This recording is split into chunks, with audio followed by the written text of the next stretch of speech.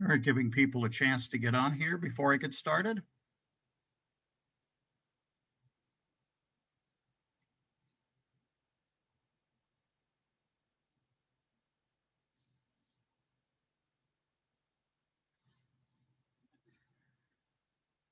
Good evening, everybody, and welcome to our final One Health seminar of the semester.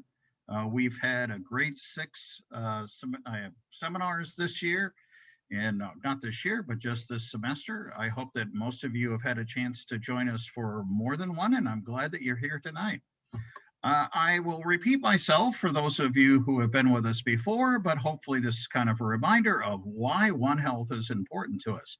This is a concept that really kind of recognizes that we're all sitting on this one planet. We're not just people in society, but we're interacting with the natural world and all of those other organisms that share that world with us. And so we can have negative and positive interactions between us, and therefore we can impact others in either good ways or bad ways. Here at Del Val, we are trying to promote One Health as a transdisciplinary approach to problems that may be at the local level, may be regional, may be across the entire United States, or even global. I believe that it's important that all of our students here at Del Val start understanding now that you may have a particular discipline that you're being trained in, but in reality, we're going to all have to work across these disciplines to find answers to these problems. And that the more that we listen to each other and interact with each other, the better job we can do of approaching and hopefully solving these various problems that we have. So at Del Val, we kind of approach this from three different directions. So one is education. And so every single one of our freshmen are introduced to the concept of One Health, kind of looking at this as being a critical thinking kind of point of view to look at different problems.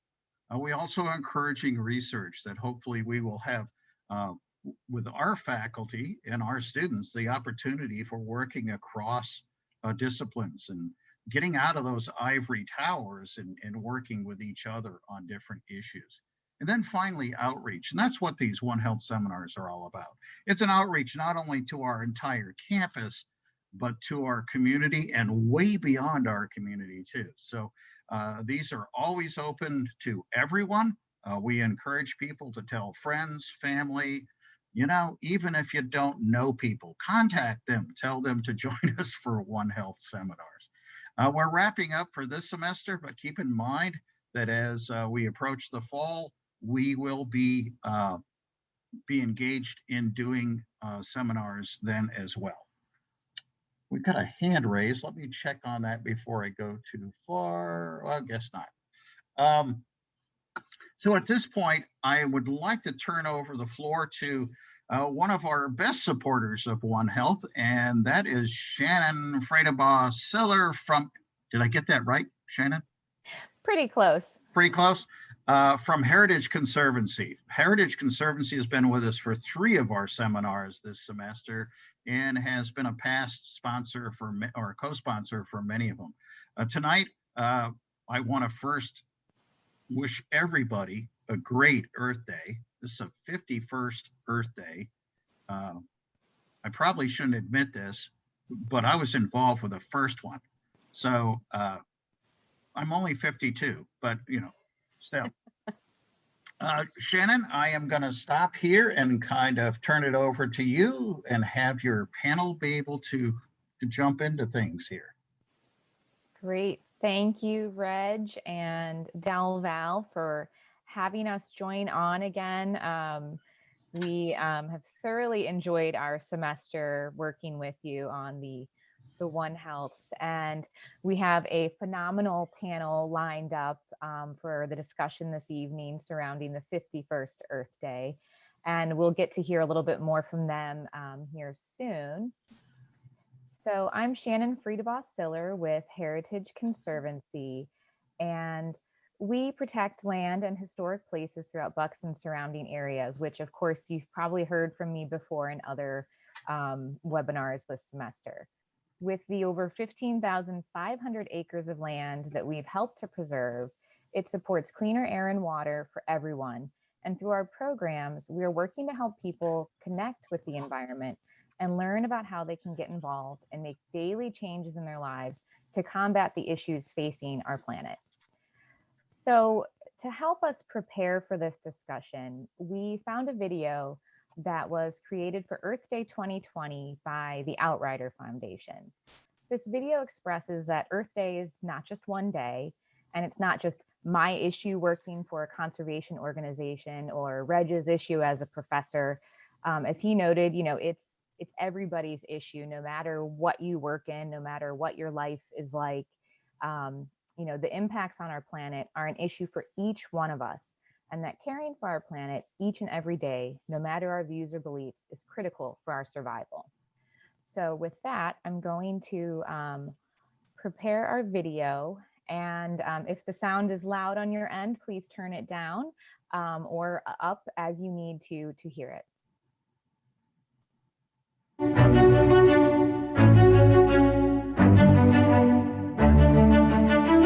Our goal is not just an environment of clean air and water and scenic beauty while forgetting about the worst environments in America. Our goal is an environment of decency, quality, and mutual respect for all human beings and all other living creatures. Our goal is a decent environment in its broadest and deepest sense.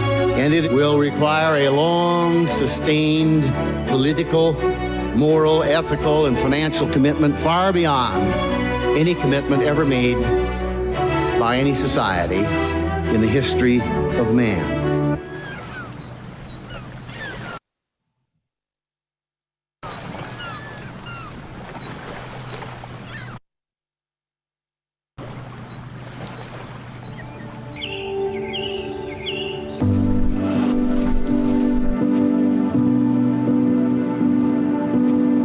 My name is Tia Nelson. I am the daughter of Gaylord Nelson, the founder of Earth Day. My father was an extraordinary dad.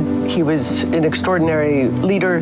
Growing up as his daughter, it was mostly a great privilege, but also I felt a heavy sense of duty to public service and to making a difference with my life.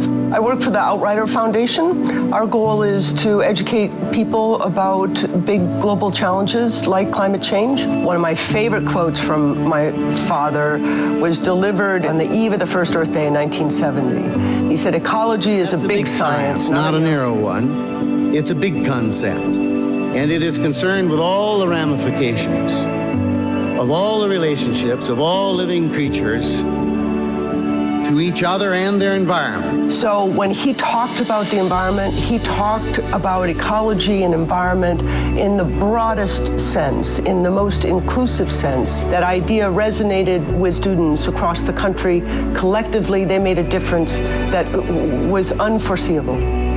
This movement and this fight is about all of us, because what is more fundamental than the air that we breathe, than water, than the soil that we stand on, than the land that we love? Like, what is more fundamental to every single one of us than that? My name is Varshini Prakash. I'm from Boston, Massachusetts, and I am one of the co-founders of Sunrise Movement. We are building a movement of young people all across this nation to stop the climate crisis and create millions of good jobs for our generation in the process. And when I began looking back into what the first Earth Day was like, what it meant, the level of people who got involved, the kind of political action, I think for me, Earth Day now is about getting back to our roots.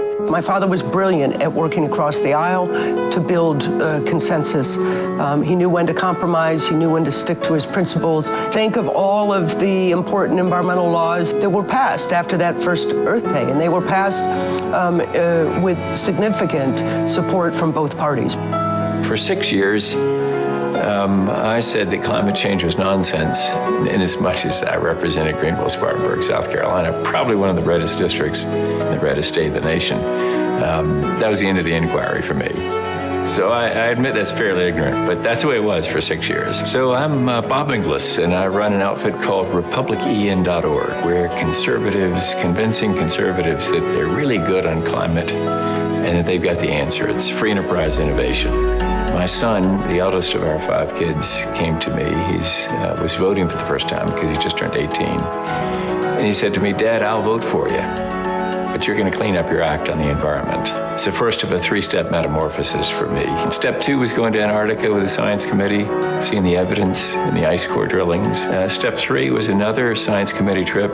It's there that at a stopover at the Great Barrier Reef, great blessing there was meeting an Australian climate scientist named Scott Heron, and just being inspired by his faith to act on climate change. When Bob spoke about climate change while serving in the United States Congress, he was primaried and he lost his election. He was attacked for speaking the words climate change. This was a transformative moment in his life and led to him dedicating his whole career today to addressing the climate change challenge. For young people growing up in this country, we have been defined by the climate crisis. People who have been born after the year 2000 have never lived a year on this planet that wasn't one of the hottest years on record. We are the climate generation. And so now, at a young age, we have realized that if our politicians aren't going to do something about this problem, then we have to take matters into our own hands. Through leadership of people like Varshini, the youth movement has been energized in the last year in ways that resemble what was happening almost 50 years ago when the first Earth Day occurred. There comes a place where activism drives even the crustiest old-timer to decide to get involved. I don't think there's any other issue viewed in its broadest sense, which is as critical to mankind as the issue of the quality of the environment in which we live.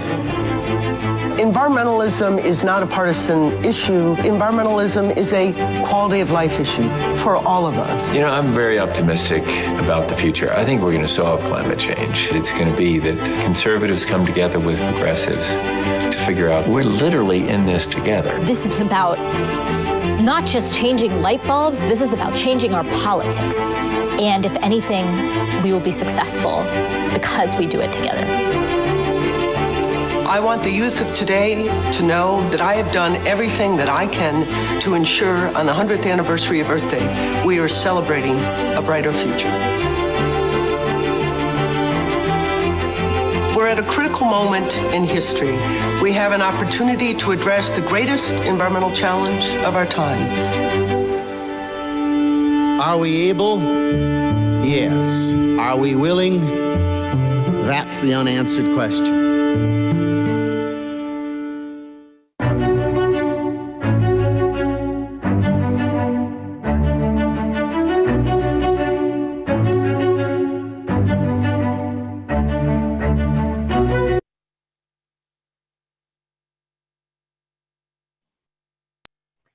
Well, I hope that's gotten everybody ready for our discussion.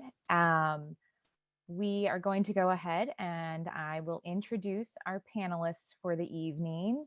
And when I introduce you, please share briefly about your organization, and you can give a little bit about any personal history that you have related to Earth Day. So how about we start with, we have Ann Meredith, the Executive Director of Herald Publishing, the Bucks County Herald. Thanks so much, Shannon, and thank you so much to Heritage Conservancy, Del Valle University, and to my fellow panelists for being able to celebrate Earth Day with you. Happy Earth Day, everybody.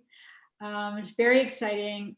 I remember my first Earth Day, which really cemented my, fellow panelists have heard this story before, but what formed the person I am today, which is a committed environmentalist, was my first Earth Day. In 3rd grade, we took 65 field trips to film, to do an ecology film. Our parents were pretty mad, but I can guarantee you that there isn't a single person from that class who has not had a high level of environmental consciousness. And those formative years made me really interested in public service and being able to support great causes, which is what local journalism allows me to do. And I am responsible for publishing Rivertowns Magazine, which I started as the executive director of Herald Publishing, which also publishes the Bucks County Herald. And Rivertowns Magazine is really devoted to building appreciation, respect, and celebrating our Delaware watershed. So I get to do some really neat hands-on advocacy through education and changing hearts and minds through journalism. Wonderful, thank you. Now we will go to Donna Kahut, the Upper Bucks County Coordinator for the Conservation Voters of PA and Penn Future. Hello, everybody. Thank you so much. Yes, I am the field coordinator for Upper Bucks County for Conservation Voters of PA and Penn Future. These are two statewide environmental advocacy organizations, and we basically focus a lot on advocacy and outreach. In terms of my connection to Earth Day, I don't know that I have a very strong Earth Day like event connection. But what I will say is that my journey to get to where I am has been pretty varied. After I graduated college and grad school, I ended up traveling the country, and I worked in the outdoor recreation industry and the environmental education industry for about 15 years. So I taught environmental education in Arches National Park. I lived and worked in the backcountry of Yosemite National Park and the Mojave Desert. I did a lot of environmental remediation projects, that sort of thing. I even worked in along the Delaware River near its headwaters as well, doing environmental education. And at some point, I realized that the work that I was doing wasn't quite enough to help protect these wild spaces or our future or the climate. It really was not having the impact that I wanted it to. And so I realized I needed to get more involved in activism and politics, because quite frankly, it's systemic change that's really going to make the difference. And so kind of how I made the shift from outdoor recreation into advocacy and outreach. So here I am. Great, thank you, Donna.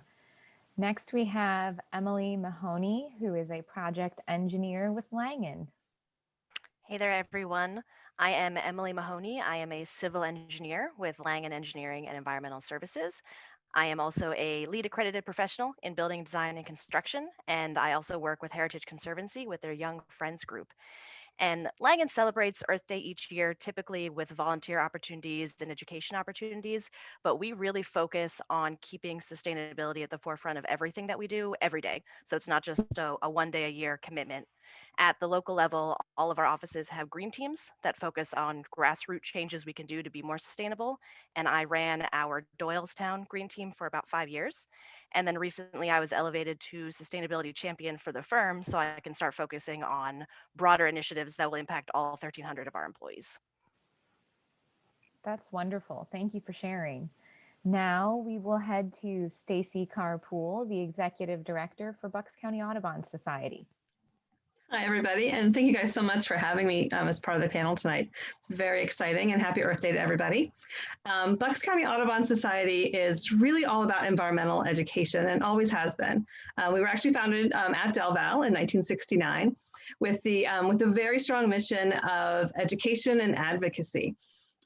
Last week, when we celebrated our 50th anniversary in 2019, I read back through a whole lot of the history about what we were doing, and there was glowing accounts of the first Earth Day and about how volunteers from Bucks County Audubon got together and they went to the local high schools and they did environmental programs with the students. And I remember thinking, wow, that really sort of set the tone for everything that we've done since.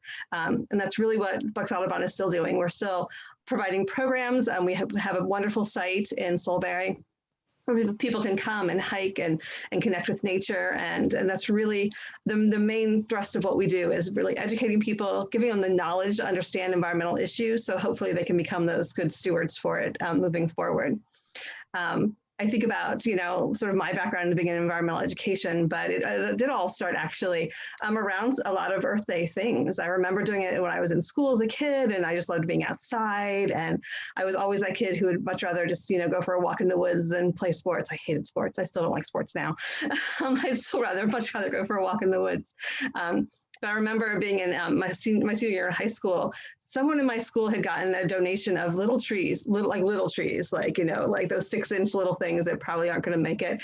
And I organized all of my friends, and we all got out and we planted them along the one edge of our school property, thinking, these probably aren't going to make it, but it was a fun activity. And I'd kind of forgotten about them. And I drove back by my high school about 5 years ago, and there's this huge, massive line of like white pine trees. I'm just like, I think those are the ones we planted. So there's definitely a lot of history with that, and it's really sort of helped to shape, why I do what I do. Thank you, Stacy. I think we've each probably gotten that little teeny tree at some point in our lives. So maybe not all as successful as the ones that your group planted. Exciting. So last but not least, we have Alexandra Dashkiewski. She's the manager of marketing and communications at Heritage Conservancy.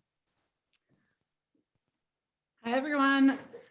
I am excited to be here. I'm Alex. I'm the marketing and communications manager from Heritage Conservancy. So I am very lucky to work with Shannon closely on strengthening Heritage Conservancy's mission.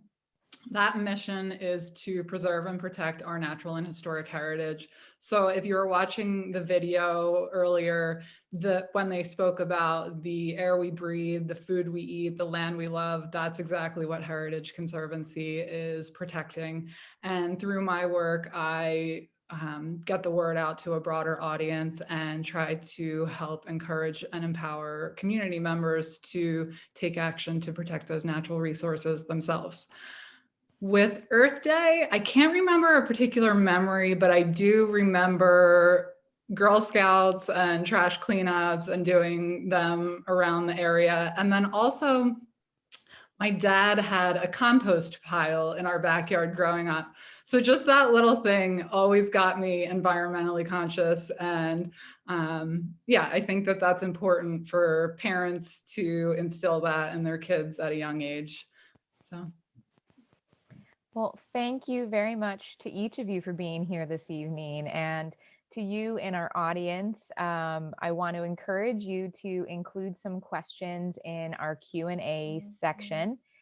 We have questions that we are going to present to our panelists throughout this, but then at the end, as time allows, we will take some questions from you. So as they come to your mind, feel free to populate them in the Q&A box. And if it's for a specific person, please, put that note and we'll make sure it gets to the right person. So to start off, communication clearly has changed a lot in the last couple of years, and definitely over the last 51 years. So for our first question, we want to explore, how have you used your voice in your work to advocate for the environment? I don't know if anybody would like to go first, or I can certainly call on someone first. We can jump in. Maybe. I'm happy to jump in if that works. So I think this is really important. And when I first came to Bucks Audubon, like I said, there'd been a long history of advocacy, but it had kind of dried up a little bit. And one of the things I realized was that we really needed to bring this back because it was such an important part. And there's that personal advocacy of everyone doing their own thing that we were putting into our programming and into our lessons. But I really felt it was important that we go a lot further than that, because I think Donna said this earlier. There's only so much you can do with each person doing a little bit. There has to be changes to our legislation that has to happen. So the very first thing we did was set up some position statements about, this is what Bucks County Audubon believes in. And we put them out there, they're on our website, we publish them, and that's what we follow. So when we look at legislation or things that we want to be an advocate for, we go back to those statements and we say, okay, this follows with this. This is what we believe in, these are our values. That's how we're going to move forward. So that was a huge thing for us. Although I think the biggest thing in the last year that has changed things is, I think in the last year, we've probably talked to more legislators than we have in the past 5 years because of Zoom. it's so much easier now to gather a group of people that are like-minded and want to get together with Brian Fitzpatrick, or we had a meeting last week with staff from Bob Casey's office. So I think it's so much easier to do it now, and that people are receptive to it. It doesn't take as long. It's not as hard to coordinate. And I think that's actually been a huge plus for the environment in the last year. Yeah, that's a really good point. And we all then through Zoom can lower some of our greenhouse gas emissions by being a little more virtual. So Donna, with all of your work, do you want to sort of piggyback onto that in some of the conversation? Yeah, absolutely. And I was just going to say, Stacy, that some of your members have been ACE volunteers for Penn Future and have actually worked with me on some really productive conversations with legislators. So you're doing great work. Yeah, so I mean, before I worked for Conservation Voters and Penn Future, I was your typical activist, wrote letters to the editor, went to protests. I grew up in coal country, and now we've got some potential fracking pipelines going through. And so when that first started, I also, was pretty active in commenting on FERC and giving public comments and that sort of thing. But now with the work that I do, it's not so much about my voice. My role is to really help lift up and give space for community members and constituents to raise their concerns and speak directly to their legislators. So that's more what I do, and providing different tools and trainings. And so helping folks to learn how to write letters to the editor, right? To advocate for, maybe it's their favorite local space, their open spaces. Maybe it's a particular piece of legislation that they're concerned about. So helping folks get the tools that they need and the connections that they need is one thing. And then I would also like to add that, like I said, it's not so much about my voice, but being able to take a step back, especially in the advocacy realm, and see what voices are not in the room and see what voices are not being heard. Pollution and climate change disproportionately impact communities of color and poor communities, and we know that. So at any point that myself or my colleagues in our organizations have the chance to support those voices and lift them up, and support the solutions that they themselves are putting forward, is even more important. Yeah, those are some really great points, Donna. And it has me, thinking about, again, that community voice. So, maybe Anne, you can sort of bring in some of that perspective from the paper, where not only are you providing those facts and that information to the community, but you pull in that information from the community as well. Well, as I'm listening to my fellow panelists, realizing what great partnership we're in with everybody here.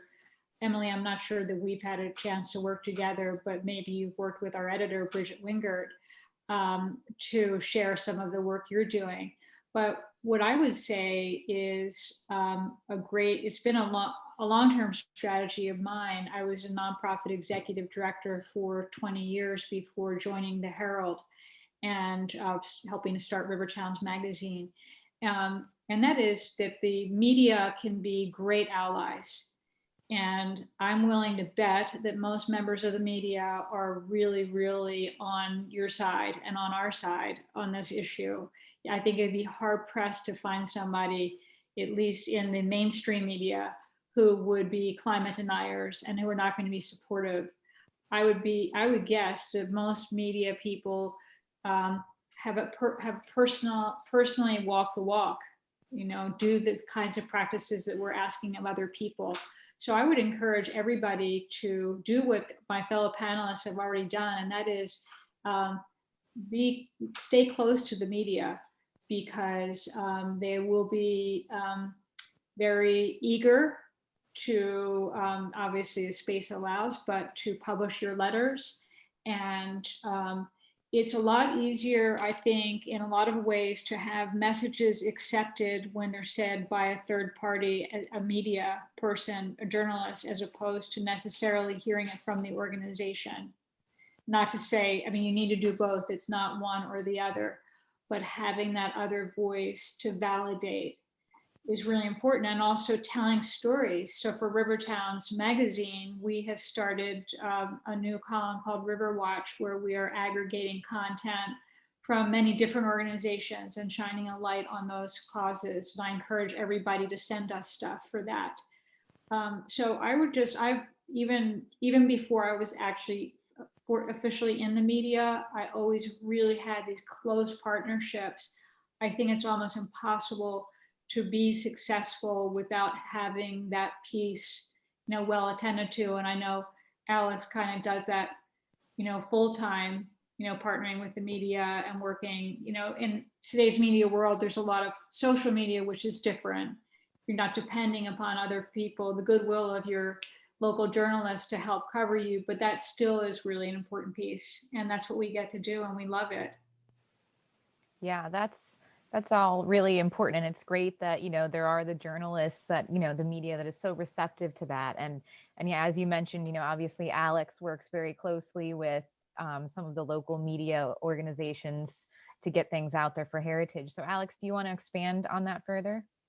Yeah, so we are so fortunate to have such a supportive media community that lifts our voices up. And something through my work with Heritage Conservancy is that we are a nonprofit land trust and we aren't an advocacy group. So it is a balance with our communication, but we have been communicating more because of the regulations and rollbacks that directly impact our work. So for instance, the Endangered Species Act that was rolled back in 2019, we wrote a letter to the editor for distribution within the Bucks County Herald, and we shared that with our constituents and put that on social media. So if something directly applies to us, then we will address that. And we, like I said, are so fortunate to have receptive people in the community and media partners.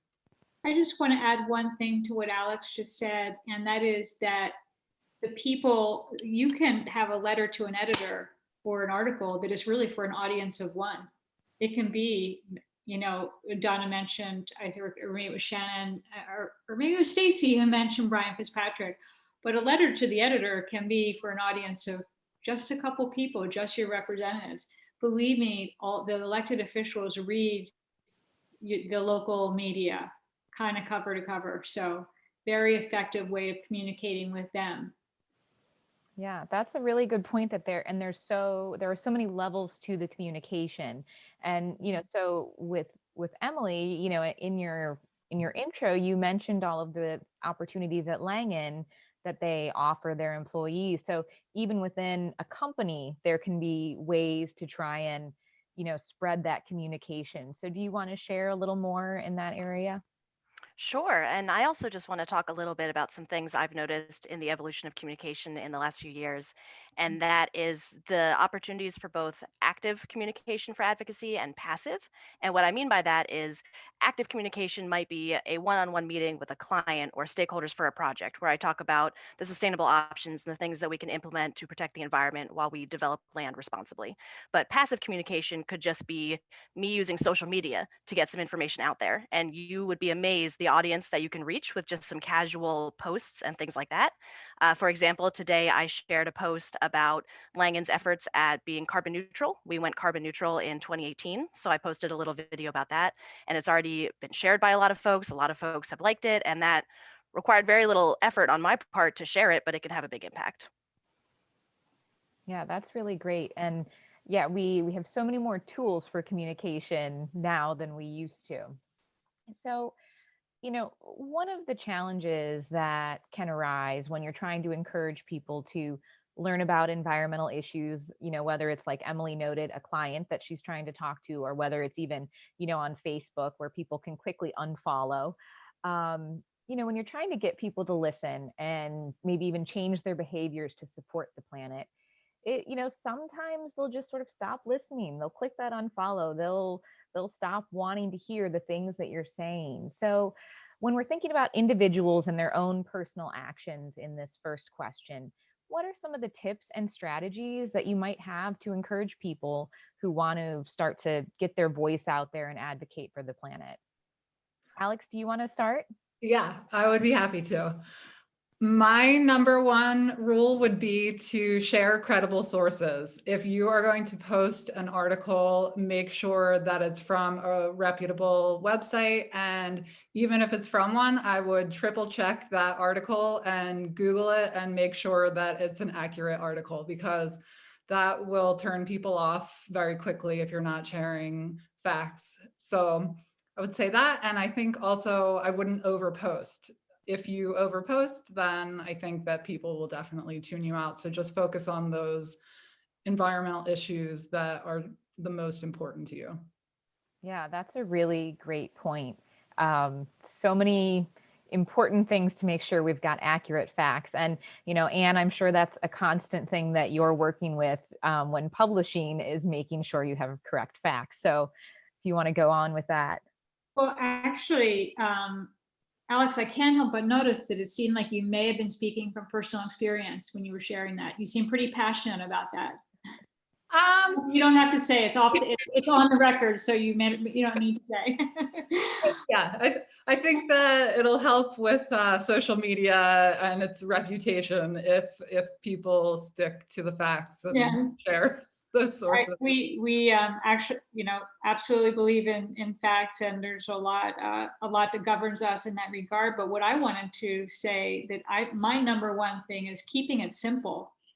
It's asking people to do one thing as opposed to 5 things is really, really important. And I have been working on, social marketing, as I mentioned, being in the nonprofit sector, leading organizations like the Girl Scouts in the past. I helped to put together Philadelphia's first recycling program. And it is just really important to keep those messages simple in communicating with the public.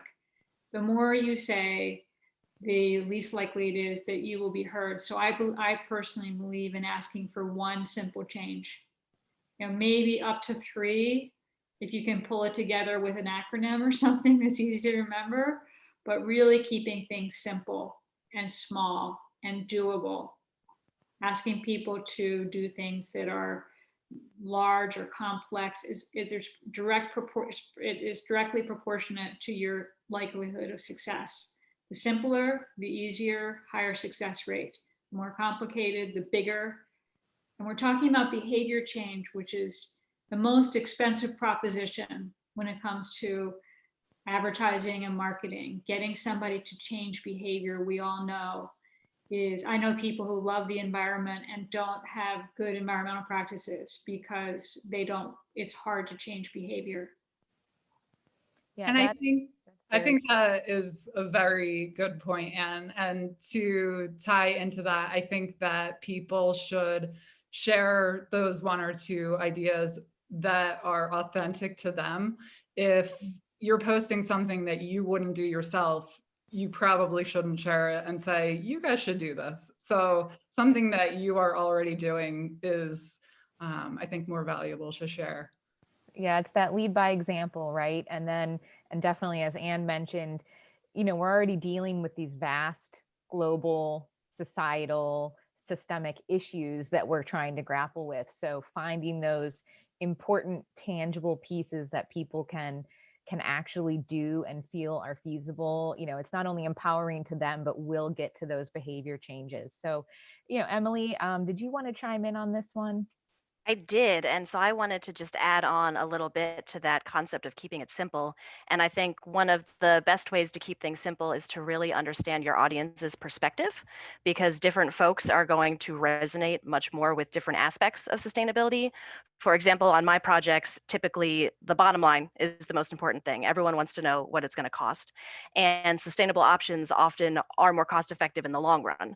So it's really important to share there might be an initial investment in these types of technologies, but there will be lower maintenance. These are the types of impacts that you can see in the future. Here's your reduced energy cost. And so finding out what it is that really matters to your audience is going to let you be much more persuasive and have a more authentic connection with them. Yeah, it's a very good point. Really understanding what it is that their goal is and finding that place where you can merge them to meet the environmental goals for sure. Stacy, did you want to add to this one? Absolutely. Great, wonderful tips everyone's been giving. I would go one step further in being really careful about how much data you give. I think sometimes people get really overwhelmed. We forget, especially those of us who understand the science behind things, we forget that other people don't always understand that. So keeping it simple, going with a few important facts that sort of tie and connect to their life. Finding something that hooks them into a personal thing for them. Audubon has it really easy. Everyone, almost everyone loves birds or has some kind of connection with birds. So if we can tie something into how it impacts them, then that gives us a place to start from to talk to people. And then you can put in more data and more facts and more information as you go. But it's really important not to overwhelm people, because once you overwhelm them, they shut down. So it's really important to connect it to them and keep it simple. Yeah. Great point. Today I had the chance on working with a piece to say that we digest microplastics equal to the size of a credit card every week. And that's really simple, easy to 5 grams, credit card size, easy to understand. Yeah, very visual. It's that great sort of hook that makes people go, oh, wow, but makes them sort of understand it, because that's very understandable. They know what a credit card is. They know what that's like. Right. Every single person as an individual, everybody learns in different ways, right? So those of us who do environmental education, we understand all the different learning styles. So it's that process of evaluating how to share the information in different ways to reach more audiences. Donna, do you want to provide some insight from your experience on that as well? Sure. I completely agree with everything that folks have said so far. And I would just add that, and I think we've touched upon it a bit, is to meet people where they're at, right? So a lot of what I do is building relationships and having conversations that will last a while. And so you've really got to meet people where they're at. And, as we said, don't overwhelm them. And so not everybody, for instance, is ready to ride their bicycle to work every day, or to eat a vegan diet, or whatever it might be. Some folks you have to consider or be aware of accessibility and opportunity costs, right? Like not everybody can buy a Tesla. And so to really make sure that you're meeting folks where they're at, like what are they interested in? What are they capable of? What do they have access to? How can we get them involved? More about calling them in versus calling people out. So. Yeah, those are spectacular points. All so many pieces and ways to, help people to understand that they can have a voice, they can do these different things to help the planet, no matter, again, where you said, no matter where they are in their lives, they can find something that they can do. So, we've touched on a little of this already, but I want to give some space to expand on it if we need to. So if we're thinking about businesses or nonprofits who are trying to, reach sort of a different audience besides individuals and their friends and families, what are some of the tips that you might have? Maybe some of them would be the same, but for businesses or nonprofits that are trying to advocate for the environment. I know Emily already brought up some about really exploring sort of that bottom line of your clients when you're working with them. So, Emily, do you find that, your work to match the client's bottom line with the environmental aspects and the messaging and the work that Langen is doing? What are the strategies you use to match that? Yeah, no, focusing on the bottom line is usually my best tip for anybody who's trying to pursue a more sustainable option on a project or convince someone to be on board with it. And usually the simplest thing you can do is just give easy numbers. This is what it costs right now. This is what it's going to cost you in 5 years. So it's really just a combination of everything we've already talked about in terms of like keeping it simple, give the numbers, but not too much, and make it something that's easy to digest. Yeah, and then sometimes perhaps with, especially with the engineering world and sustainable options, it can seem like a bigger initial investment, but then, making it really clear to them that, okay, well, like you said, in 5 years, this is how it's going to, it'll have paid for itself by then or whatever. Exactly. Yep. Yeah. Does anyone else want to chime in on that one? Some additional tips for businesses or nonprofits, other organizations? I think the biggest thing I would really recommend for people is to find other partners. That's one of the things that we found at Bucks Audubon was that, you know, we're small, we're not a big place, we don't have a lot of power within ourselves, but we've started really, you know, making connections with other partners, whether it's, you know, Conservation Voters or Penn Future or Penn Environment or Sierra Club. There's a lot of wonderful groups out there, and often we have the same goals in mind. So if we can combine our efforts together, we can have a much bigger impact. Yeah, that's great. That's great. Go ahead. I totally agree with that. I had that on my notes. A lot of us have collaborated in some way or another, and through those collaborations, it amplifies our voices even more. So it is important to partner.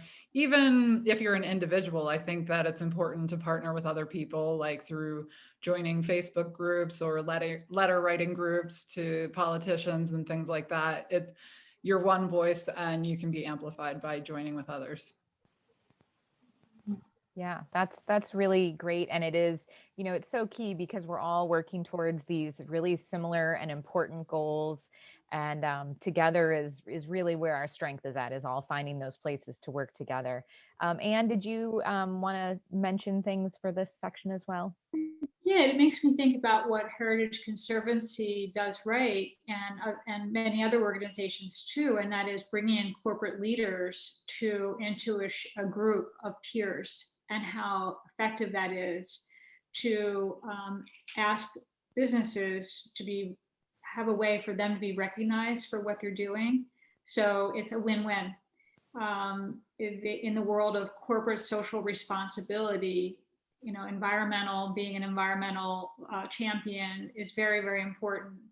So finding ways to recognize, if it's obviously children, creating a badge, but if it's adults, there's a form of a badge too, and that is the pride of affiliation of being part of Heritage Conservancy's corporate partners group, business partners group. What do you call it?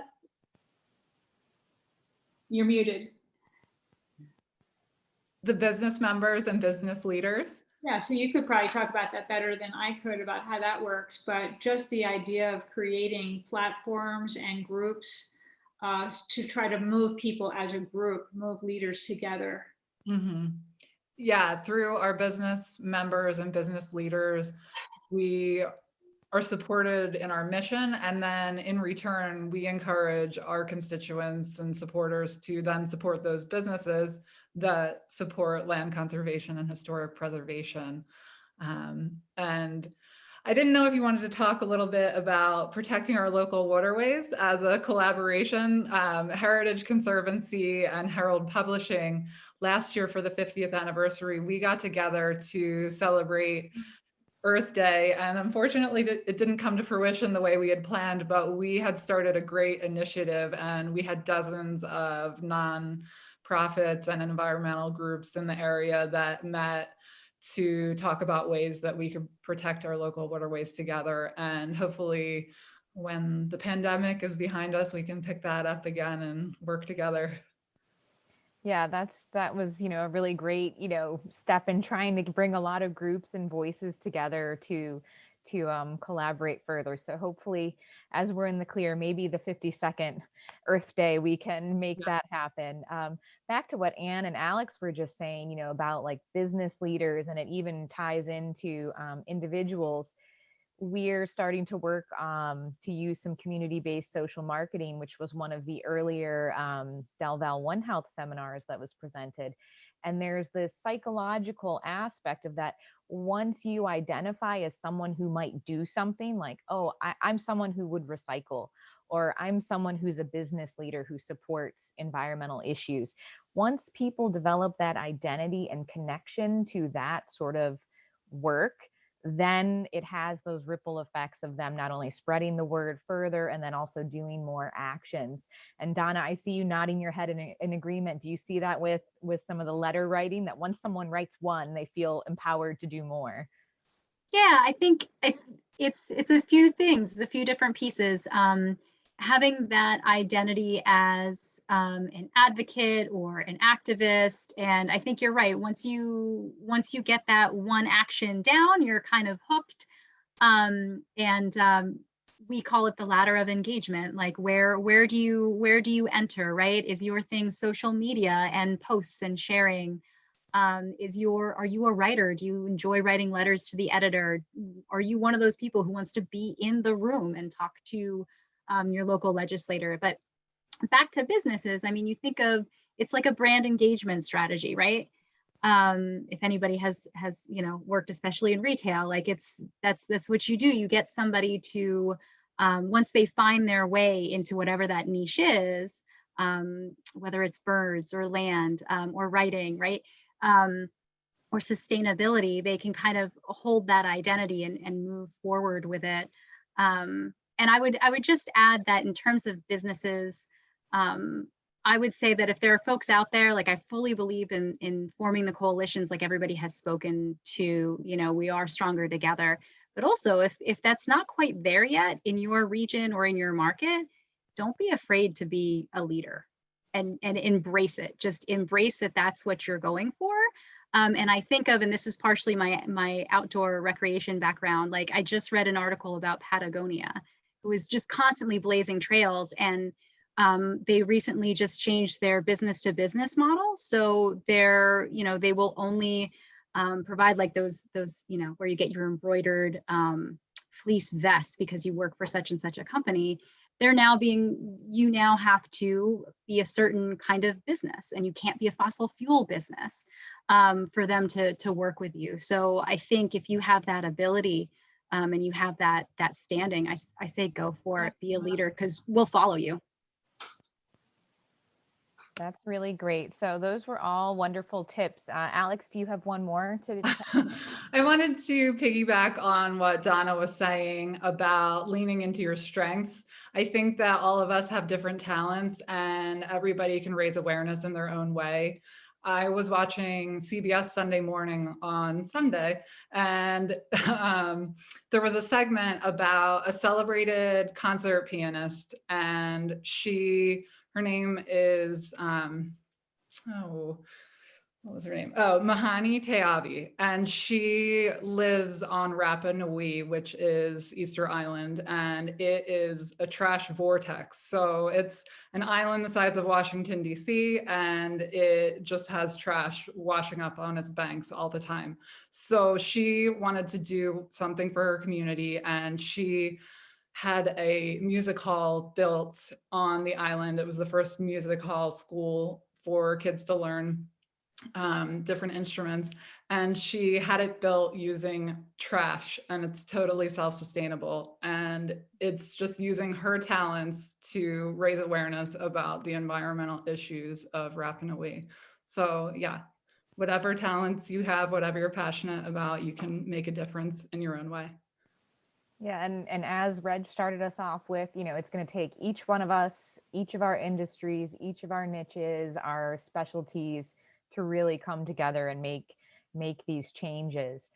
So, back in our intro video, there were some clips and quotes from Gaylord Nelson, who was pretty much, she was the brainchild, the founder of Earth Day in 1970. And when I was doing some digging, I found his speech that he gave to the Pennsylvania legislature on April 14th of 1970. So this is leading up to the very first Earth Day.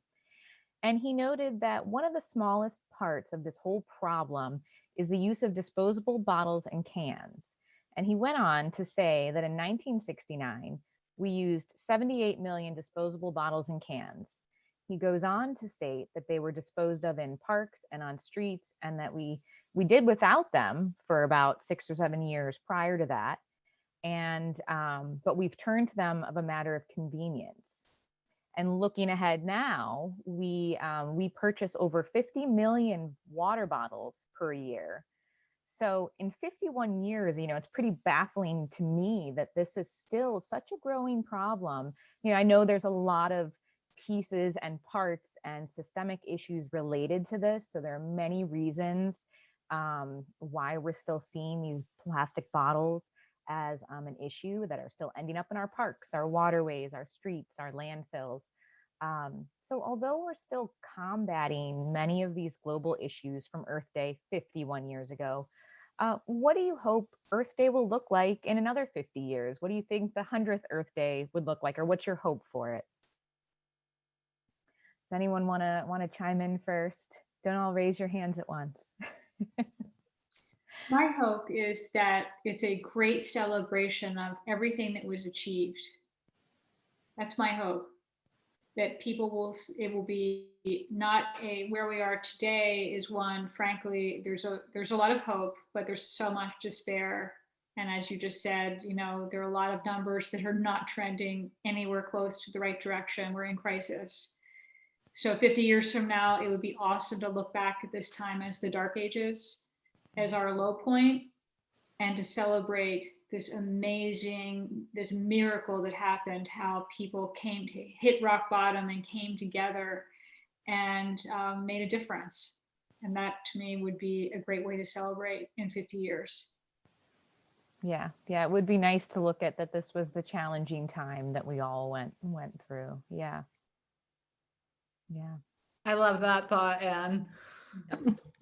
I just have so much hope in the next generation as well. It's inspiring how much they care for the environment. So I think that the momentum of Earth Day will just increase exponentially. And I agree. I hope Anne is correct. And I do think that we can get there. I was talking to my family about this earlier today. I'm just like, well, what do you think it would look like? And my daughter, who's 12, said there should be fireworks. So I hope that there are environmentally friendly fireworks that we can shoot off and just really celebrate. That would be great to have some sort of environmentally friendly celebration, probably no balloons then, a lot of those things that are complicated, but I like that idea. Donna or Emily, any thoughts on your hopes for what that future looks like? Yeah, I did something similar to Stacy, where I actually asked my colleagues. I was like, because we're all working virtually, and I thought I'll just toss it in Slack and be like, what would you say? What would your answer be? And oddly enough, several of us came up with so that this will be like a condensation of all of our answers. But I agree. I hope it will be a celebration. I hope it'll be a celebration of what and a symbol of how humanity came together and recognized this is a global problem, and it's only going to get solved with a global vision, right? We've all got that old adage, think globally, act locally, right? And like we buckle down and we do it. And I would also like it to be like a celebration. In a more just world, like there is so much injustice in terms of the impacts of everything that we're facing environmentally. And if we can do it right, then there will be more justice. There will be just a better society in general, if we can all get together and fight it together. Yeah, that would be really great. And with Emily through Langen, your business is trying to lead by example with sustainability. So hopefully we would have some more sustainable businesses and business models by then as well. Right. And I think that my hope also speaks a little bit to Donna's comment about being global, and also something that was mentioned in the video at the beginning, that this will become a bipartisan issue. Because right now, sustainability and climate change is very controversial, which to me is wild. And while there are certainly things we can do as individuals, a lot of this is going to rely on holding businesses accountable. And the way to do that is through regulation and advocacy. So my hope is in 50 years, everybody's on board, and then we can be much more productive with our decisions and the things that we do. Definitely. Yeah, it takes so many levels and so many facets for us to make all of that happen. But, again, as we also said, we all have this vision for hope as well, which, is certainly something I'm trying to hold on to as well. I've just recently gotten my 2 young children who are 4 and 8 thrilled about trash cleanups. So that's like our new hobby. So I'm hoping to shape them into, hopefully in another couple of years, there's less trash to be picked up, that it's just people are focusing on the reuse or the reduce part of reduce, reuse, recycle, just simply cutting down on our uses as a starting point. So with that, we have a few questions now in our Q&A area. And, some of these we may have some answers to, some we may not. So I'll start from the top, and then, if anyone has something to chime in with, you can do that. So Cynthia asked, do the local quarries have any negative impact on environment, earth, air, water? I mean, there's probably some sorts of impacts. And I think it depends, to her question, sort of which level of impact you're looking at. So Don, I see you nodding your head. Do you want to take that one? Sure, I'll start. And if folks want to jump in, please feel free. So obviously it's a quarry. So there's going to be some level of impact. And it really depends. I mean, there's a few things, because I know there are some issues in Bucks County with the West Rock Hill quarry. And the issue with that quarry in particular is that when the quarry was being worked, that there was asbestos in the geology, and that was released into the air. And that is not true of all quarries, right? So, but it is true, there is dust that is kicked up in the air. So there can be concerns about air quality that folks need to watch, and they get monitored by the companies. I would also say that there's kind of like an ancillary one as well that folks don't always think about, is the truck traffic that is generated with quarries as well. And so sometimes depends on the road, right? Depends on where it all travels, but the truck traffic and then the actual working of it. And obviously those are diesel vehicles, and then there is some blasting. And so for folks, that can impact what you hear, obviously. And I'd be curious, not to put you on the spot, Stacy, but I don't know if that ever has impacts on bird populations. This is just out of curiosity, from what I know of fireworks, that sort of thing. Sometimes it can scare them, but yeah. That I don't know. My guess is there probably is some research out there, and it probably does have some impact on them as well. I think the other impact of some quarries, especially as they start to try and expand them, is the loss of habitat as well. I mean, you're taking something that has, good habitat value for wildlife and birds, and you're essentially stripping it of all of that to be able to have a quarry there. So.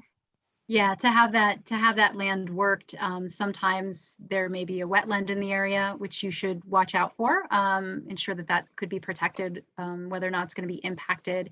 And then there's a unique situation in the Lehigh Valley where there's a quarry that actually feeds water into the Bushkill Creek. And I don't really fully understand how that works, but when that quarry's pumps go, then that creek runs out of water. So I'm not trying to say that all quarries are bad, but things in terms of, are there impacts? Indeed. What level are they? It really depends on the location, and it depends on the type of quarry, and it depends on the geology of it.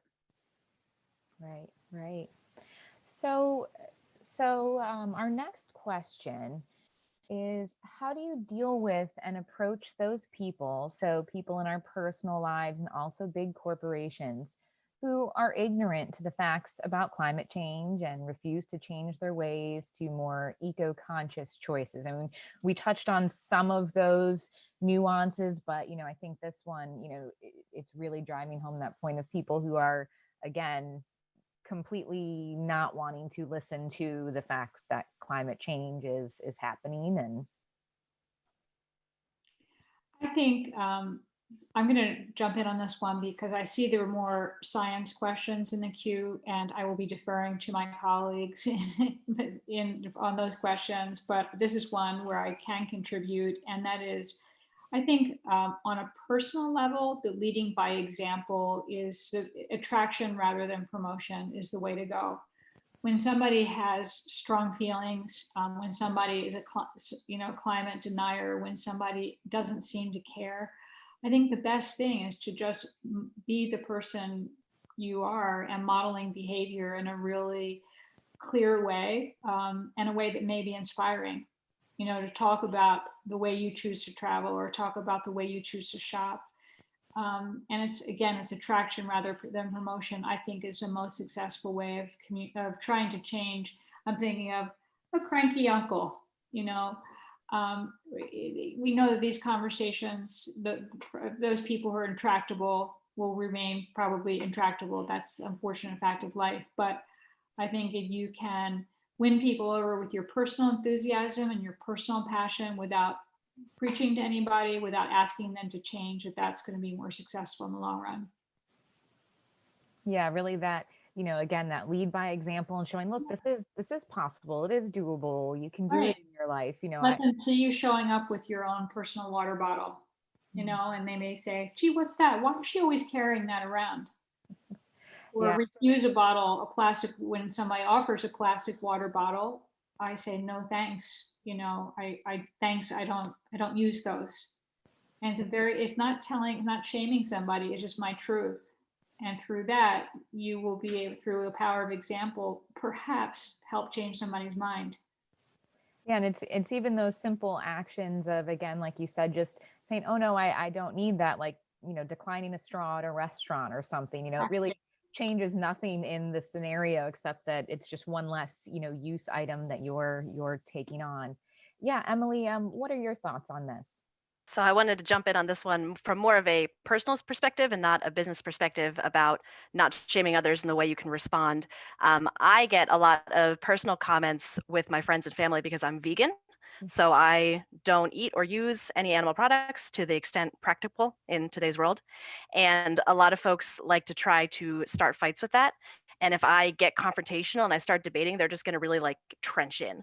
And so by staying calm and friendly and just sharing facts and continuing about my day, making decisions that I make, I've actually been able to convince a lot more folks to do Meatless Monday or to even just like consider trying almond milk in their coffee for a little while. Whereas if I had been like the angry vegan, I don't think any of that would have ever happened. So.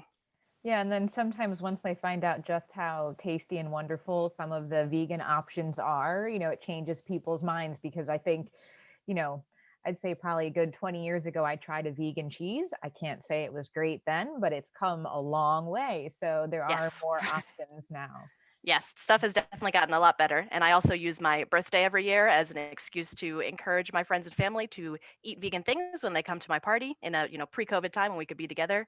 Mm-hmm. Vegan Treats in Bethlehem is amazing. Highly recommend their donuts. And at this point, I have friends who go out of their way to buy them, even though they are not vegan, because they are just the best donuts anywhere. That's great. That's wonderful. And I like that idea of using your birthday gift to me is that you're going to eat vegan today. I like that. That's a great strategy.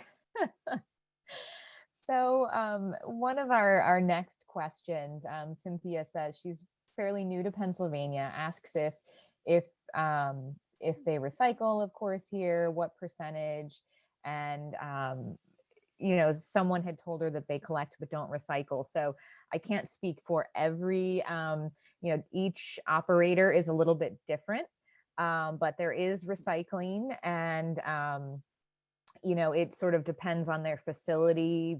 To my understanding, their facility back where the trucks go to, as to how things are sorted and dealt with in terms of recycling versus trash. So I'm not sure if anyone else has more insight there, but Pennsylvania does recycle. Heritage Conservancy, one of our board members, Beth Snyder, just recently went to a recycling facility to scout it out a bit, because we are considering having a recycling program to share. So keep tabs on Heritage Conservancy's calendar of events on our website. We might have something down the road, but from the photos, it definitely looked like they were recycling everything there. Right. Yeah, I think what Shannon says is really important though, because I think each municipality is a little bit different depending on what kind of contracts they have and just what they can recycle in general. I know there's been a big thing about the types of different kinds of plastics. Like they'll say they will accept certain types of plastics, but some of them they're not able to actually then find someone to buy from them. So check with the people that you work with. And I just have one little pet peeve about recycling. Okay, here's my pet peeve about everything. I love to teach kids about recycling and talking about the fact that it is a cycle. And that's a really important thing. And one of the problems we have is that cycle is kind of broken. Everyone is trying to recycle and they think that once they put that product into their recycling bin that they've done their job. That's not your job. The job is then to finish the cycle and buy products that are made from recycled material. So whether it's paper, or toilet paper, some kind of plastic things, there are many opportunities, and that's why there's not as much recycling done, because there isn't a demand for those recycled products. So the more we buy things that are recycled, the more things will be recycled. So that's my pet peeve. I appreciate that pet peeve, and I want to add to it. I encourage people to upcycle, up thrift with clothing. Fast fashion and the clothing industry in general, it's one of the most wasteful. And if you shop at thrift stores and things like that, you're preventing waste and you're reusing something that won't end up in a landfill. So that is my encouragement. Yeah, those are both so important because, right, it's our 3 R's that we've all been learning for most of our lives: reduce, reuse, recycle. And it's sort of like recycle's the third one, and people sort of forget about the other two. So reducing, like we were saying, looking at your uses, well, do I really need, so many of these or so many of that? And then reusing it. So if you're going to get rid of things, can you donate it somewhere that other people can use it?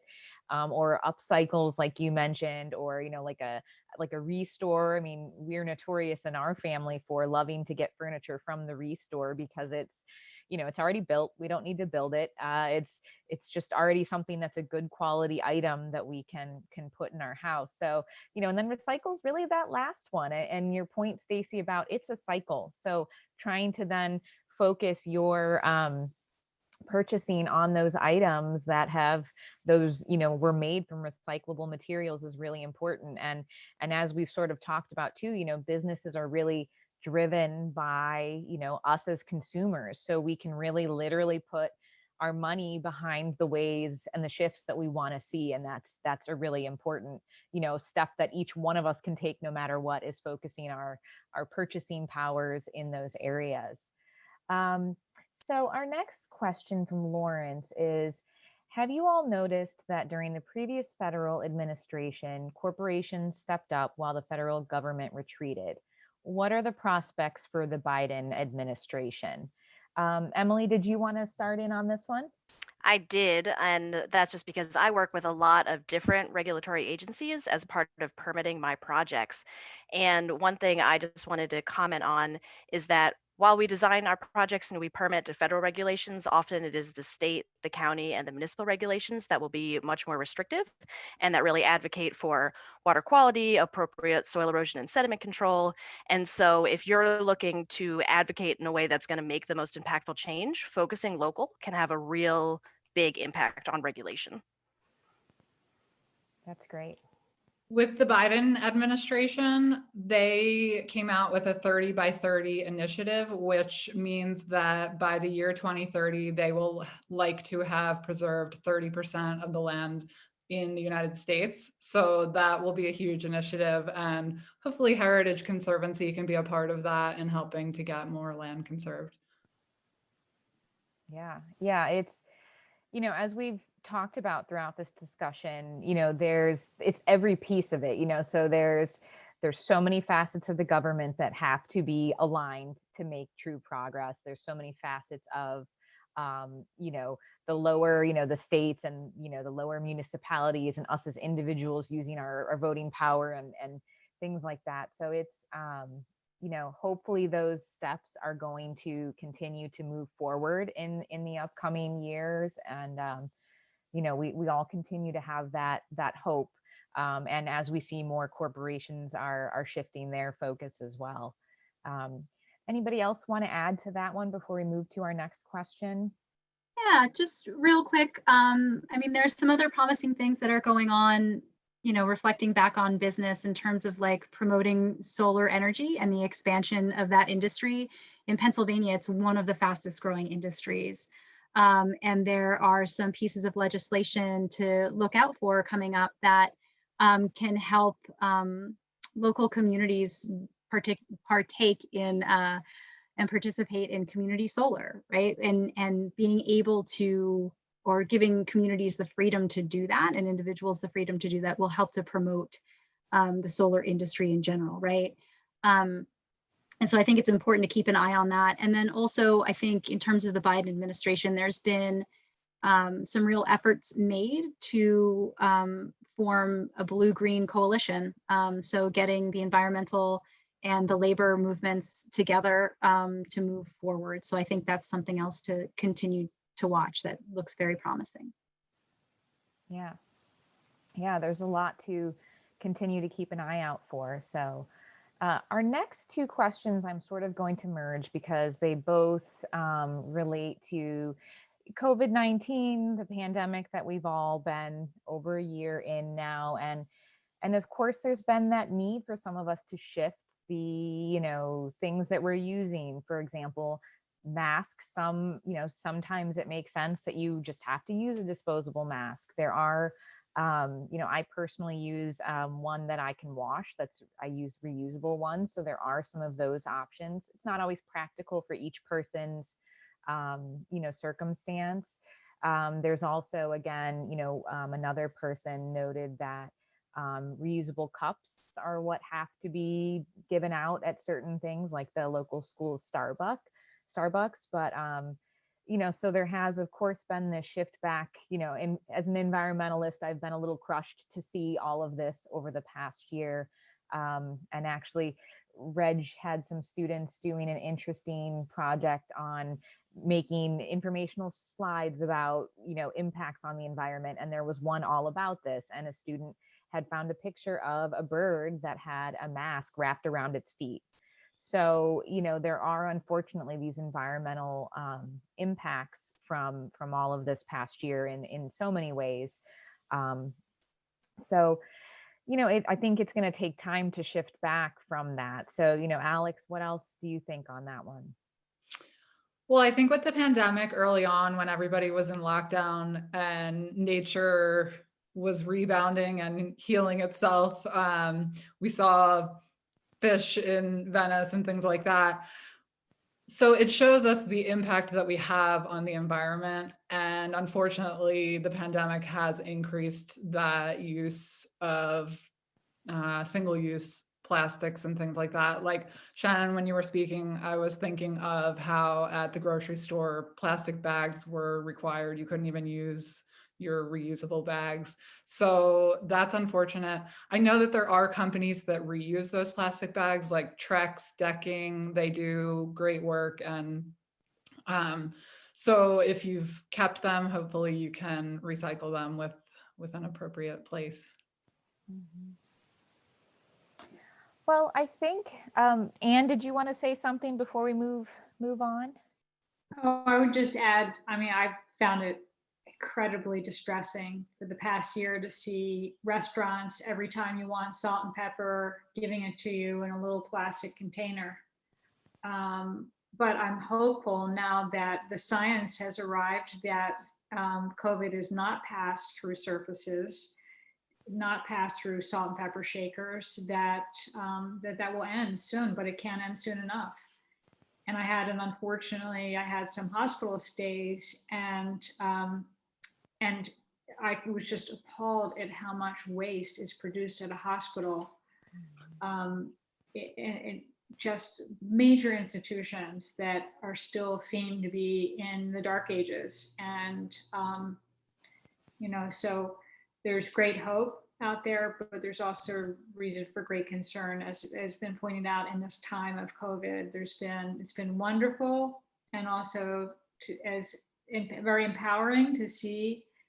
I've read some really good pieces about that, the positive side of seeing what people can do, even if they didn't intend to, by not going to work. But it's been met with this incredible waste.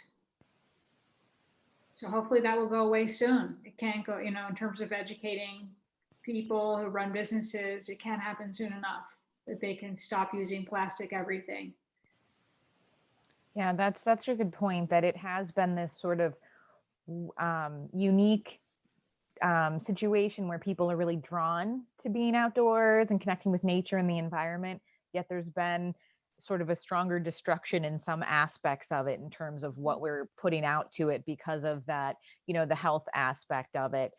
So, as the science is catching up to where we're at now, hopefully we can start to shift gears again, back to a place of more reusable,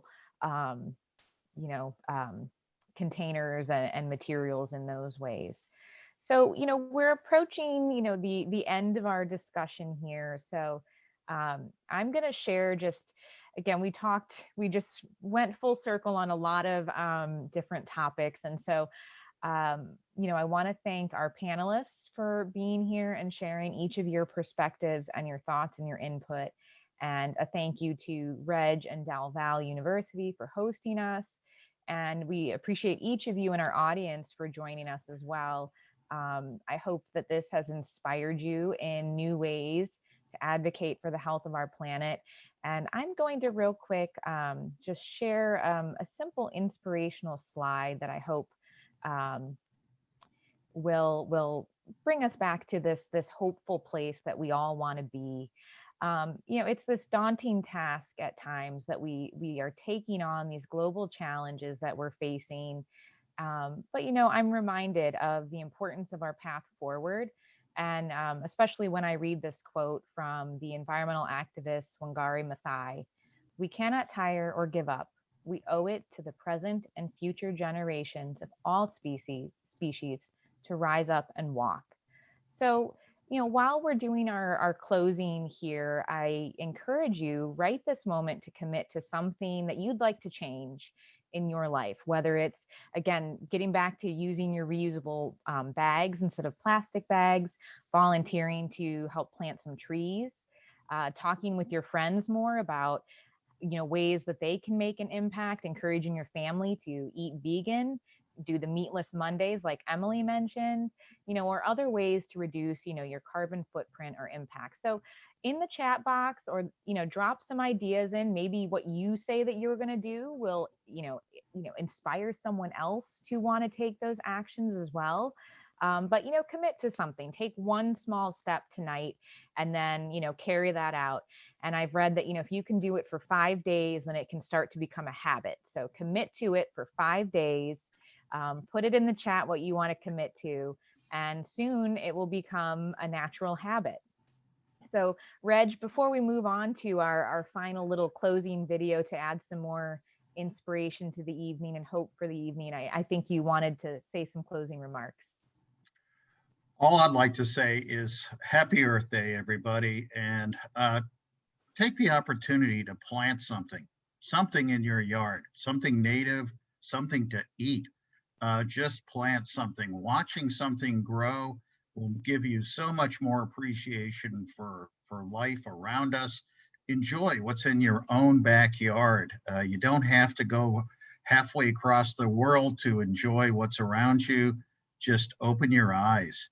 And I want to thank all of the panelists. This has been a great discussion. It's a great end to the semester for One Health. And I hope that I'll see you all again in the future. Wonderful. Well, thank you so much. Thank you to our panelists.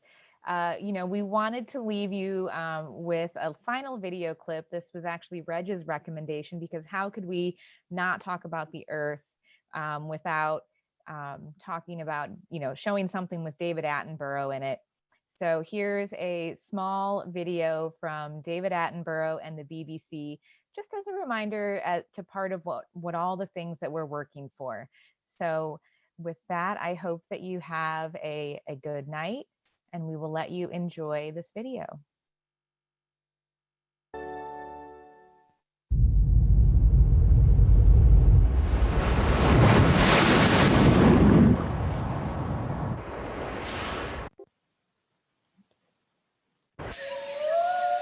I see trees of green, red roses too. I see them bloom for me and you. And I think to myself, what a wonderful world.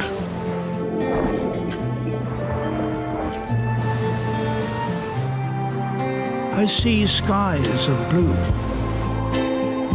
clouds of white, bright, blessed days, dark, sacred night. And I think to myself, what a wonderful world.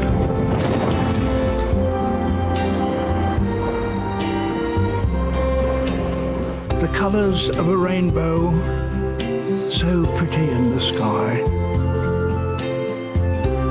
are also on the faces of people going by. I see friends shaking hands, saying, how do you do? They're really saying, I love you. I hear babies cry. I watch them grow. They'll learn much more than I'll ever know. And I think to myself, what a wonderful world. Quite simply wonderful.